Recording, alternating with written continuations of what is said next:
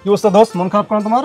আর বলিস না, তোর ভাবি যেভাবে প্যারা দেয়, প্রতিদিন ঝামেলা, এই নাই সেই নাই, এটা সেটা লাগবে, এই মাথায় নিতে পারতেছে না, এই জন্য রাগ করে চলে আসছে। আচ্ছা ভাবির ঝামেলা বাদ দাও তো দোস্ত, আমরা দুই দোস্তে বসে এক জায়গায় বসে নিরিবিলি আলোচনা করি। আচ্ছা ঠিক আছে, কি তাই বল এবার তুই প্যারা চলো আমরা একসাথে বসে আলোচনা করি। আচ্ছা ঠিক আছে, চল চলো। বাই। কি সমস্যা বল? আচ্ছা দোস্ত, তুই কি ব্যস্ত দোজক কখন দেখছিস? কি বুকার মতো কথা বলিস? দোজক বেহেশত কি দেখার কোনো জিনিস? এটা কি কস না কস এইসব উল্টা পাল্টা? দোস্ত রাগ করিস না তো। রাগ করার কথা বললে তো রাগ করবই।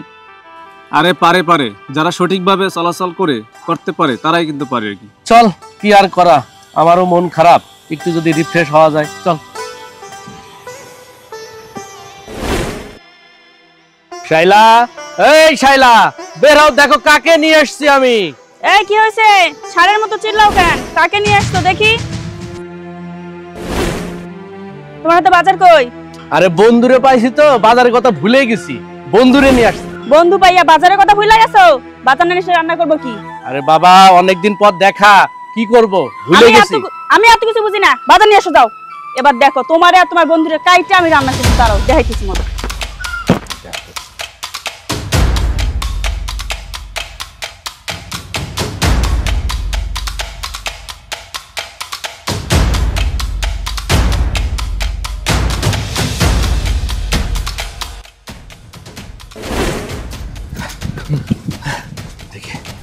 ওরে বাবা রে। দোস্ত কই নিয়ে এসেছিলি? আল্লাহ নিজ হাতে আমাদের বাঁচিয়ে দিয়েছে আর কি। আমি আর তোর বাড়িতে যাবো না দোস্ত। আরে থাম, আমার সাথে প্রতিনিয়ত হয়, তোর বাসায় একদিন যাবো, চল। সাবিনা, এই সাবিনা। ও তুমি আসছো? জি দেখো কারে নিয়ে আসছি। ওই যে তোমার সাথে যে গল্প বলতাম না, আমার এই বন্ধু নিয়ে আসছে। তাই নাকি? আসসালামু আলাইকুম ভাইয়া। ওয়ালাইকুম আসসালাম ভাবি। আপনার অনেক প্রশংসা শুনছি, রাত দিন শুধু আপনার কথাই বলে। ভাইয়া আসছেন, ভালো করছেন, আসেন বাসায় আসেন। ভাইয়াকে আনছো, দাঁড় করে রাখছো কেন? বাসায় নিয়ে আসো। ঠিক আছে, আমি খুব খুশি হয়েছি, আমরা একটু আসতেছি। ও আচ্ছা ঠিক আছে, তাহলে আমি তোমার পছন্দের সব খাবার রেডি করতেছি, তুমি কিন্তু আসবা। ঠিক আছে, তুমি দ্রুত খাবারটা রেডি করে রাখো, আমরা আসছি। ঠিক আছে।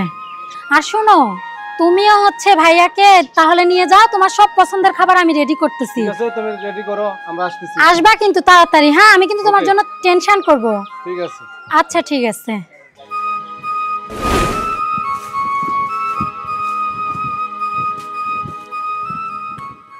সবকিছুই বুঝলাম, তোর বাসার ব্যবহার, তোর ওয়াইফ আর আমার ওয়াইফ আকাশ পাতাল ডিফারেন্ট। এই যে দোজকের কথা বলছিলি রে, সেই দোজক আর বেস্ট বুঝলাম, তা আসলেই দুনিয়ার বুকে হ্যাঁ ঠিক আছে দোস্ত, এটা হয় না, বুঝলি? এই যে খাওয়া দাওয়া এগুলো সব হবে, অবশ্যই হবে। দোস্ত আমি খুব হ্যাপি, তোর বাসায় আসলাম, তোরও বউ আর আমারও বউ। তোর বউর ব্যবহার এত সুন্দর, এরকম মাটির মেয়ে প্রত্যেকটা ছেলে যদি পাইতো তাহলে তার সুখের সংসার কত ভালো হইতো না? তোর বউ যা ব্যবহার করলো, আমার প্রাণটা জুড়িয়ে গেল।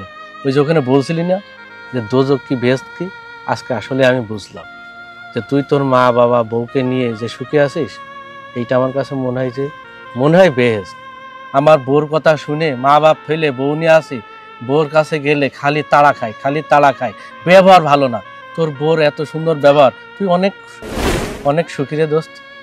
দোস্ত ঠিক বলেছিস, আমার বউ মা বাবা পরিবার নিয়ে এবং সবাইকে নিয়ে খুব সুখে আছে আর কি।